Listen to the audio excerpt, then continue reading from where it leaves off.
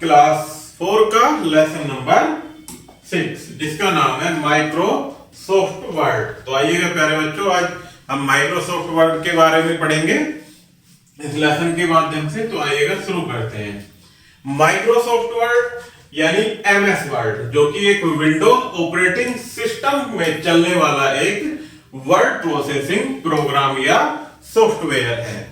क्या है ये? एक विंडोज ऑपरेटिंग सिस्टम में चलने वाला एक वर्ड प्रोग्राम या सॉफ्टवेयर है, जिसके द्वारा आप पत्र, लेख, रिपोर्ट आदि दस्तावेज तैयार कर सकते हैं।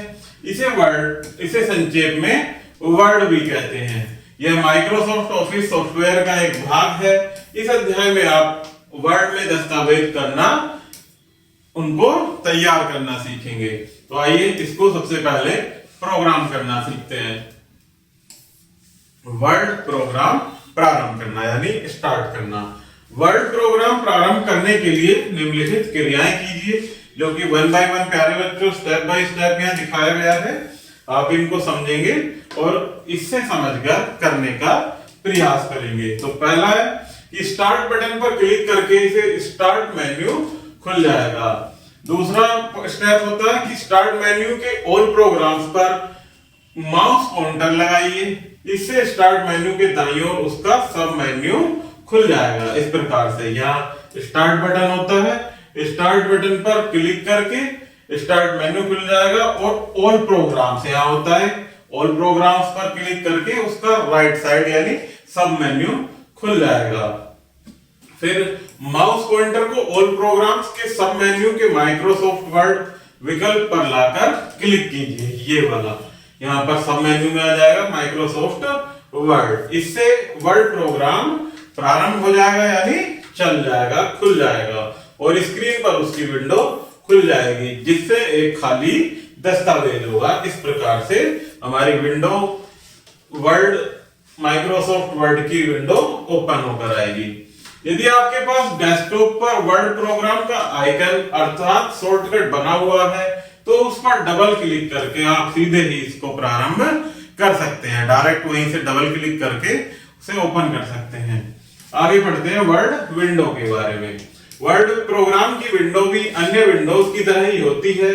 उसके प्रमुख तत्वों को पिछले पृष्ठ पर नीचे दिए गए चित्र में दिखाया गया है। इन तत्वों का परिचय निम्नलिखित है।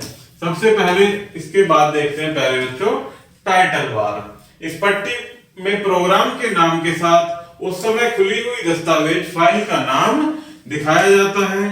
इस पट्टी के दाएं कोने पर विंडो के आकार को नियंत्रित करने वाले 3 कंट्रोल बटन भी होते हैं।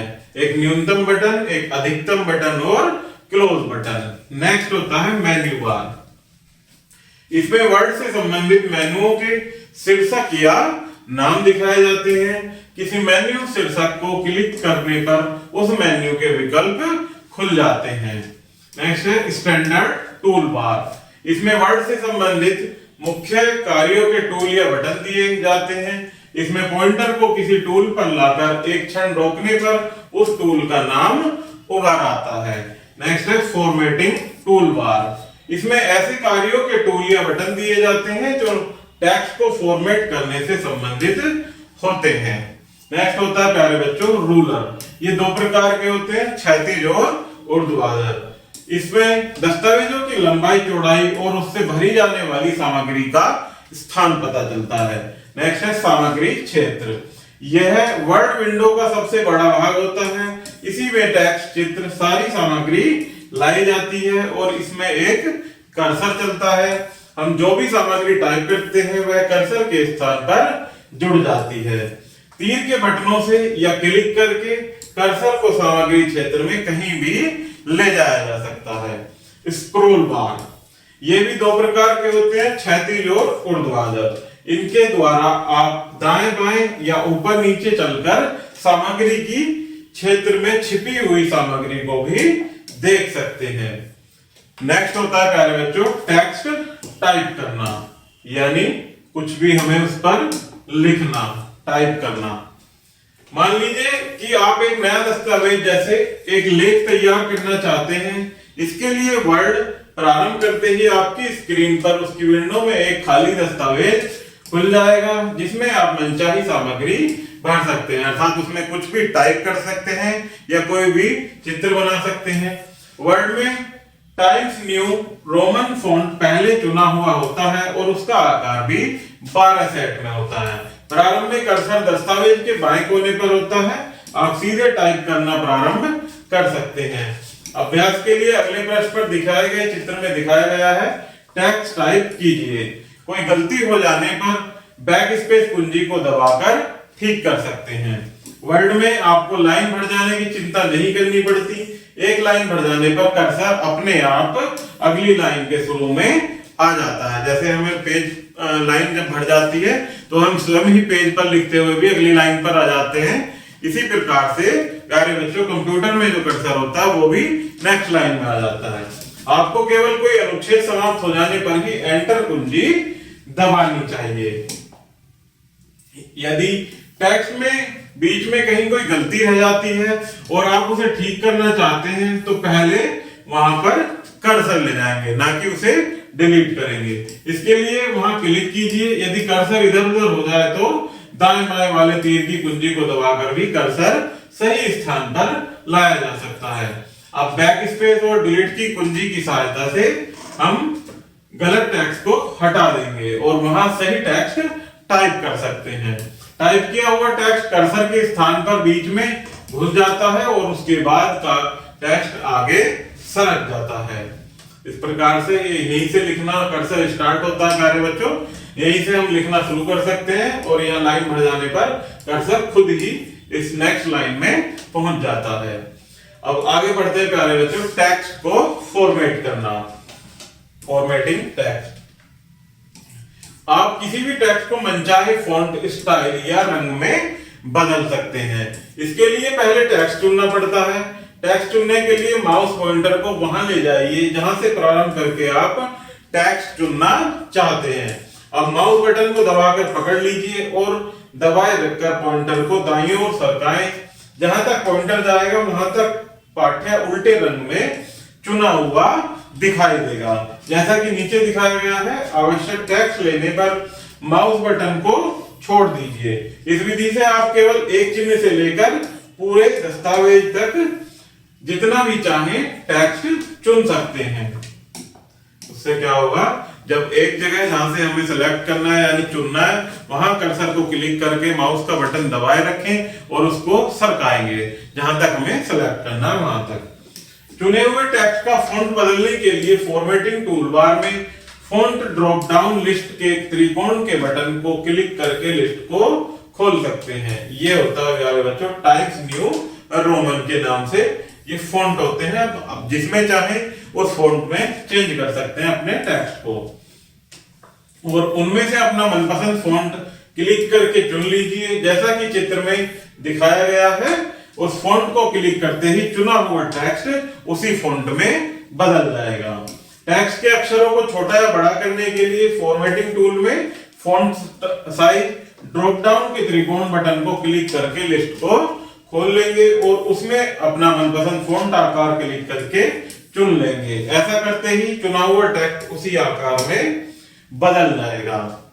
टेक्स्ट को आप कई स्टाइलों में भी लगा सकते हैं। वर्ड में 3 मुख्य स्टाइल उपलब्ध होते हैं, बोल्ड, इटैलिक और अंडरलाइन के साथ। इन तीनों के लिए फॉर्मेटिंग टूल में बटन दिए होते हैं। आप टेक्स्ट चुनकर इन बटनों को क्लिक करके चुने हुए टेक्स्ट पर वह स्टाइल लागू कर सकते हैं। ये बटन दोबारा क्लिक करने पर अपना प्रभाव समाप्त कर देते हैं, अर्थात टेक्स्ट फिर से अपने सामान्य स्टाइल में आ जाता है। इसी प्रकार आप किसी भी चुने हुए टेक्स्ट का रंग भी बदल सकते हैं।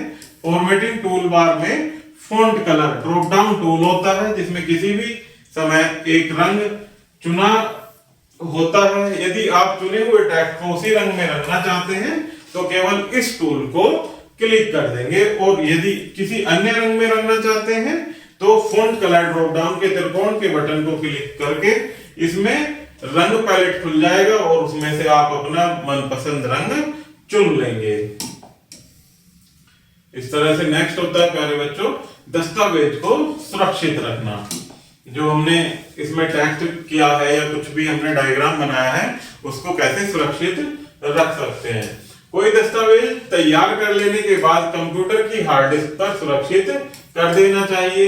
इसके लिए मेन्यू बार में फाइल मेन्यू को क्लिक करके खोलिए और माउस पॉइंटर के नीचे लाकर उस मेन्यू में सेव आदेश कीजिए।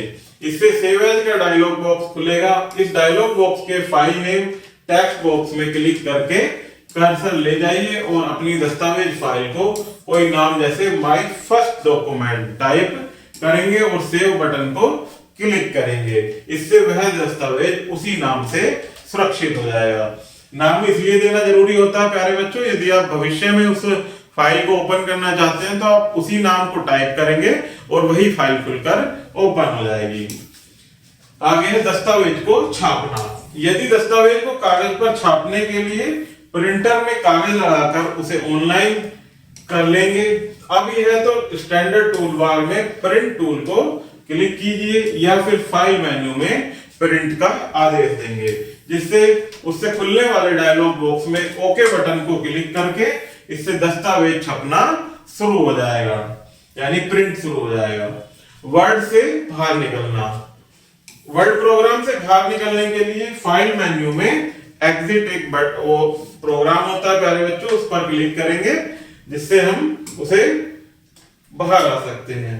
तो प्यारे बच्चों इस प्रकार से ये हमारा वर्ड का यानी एमएस वर्ड का लेसन यही समाप्त होता है। आई होप कि आपको यह वीडियो जरूर पसंद आई होगी। धन्यवाद।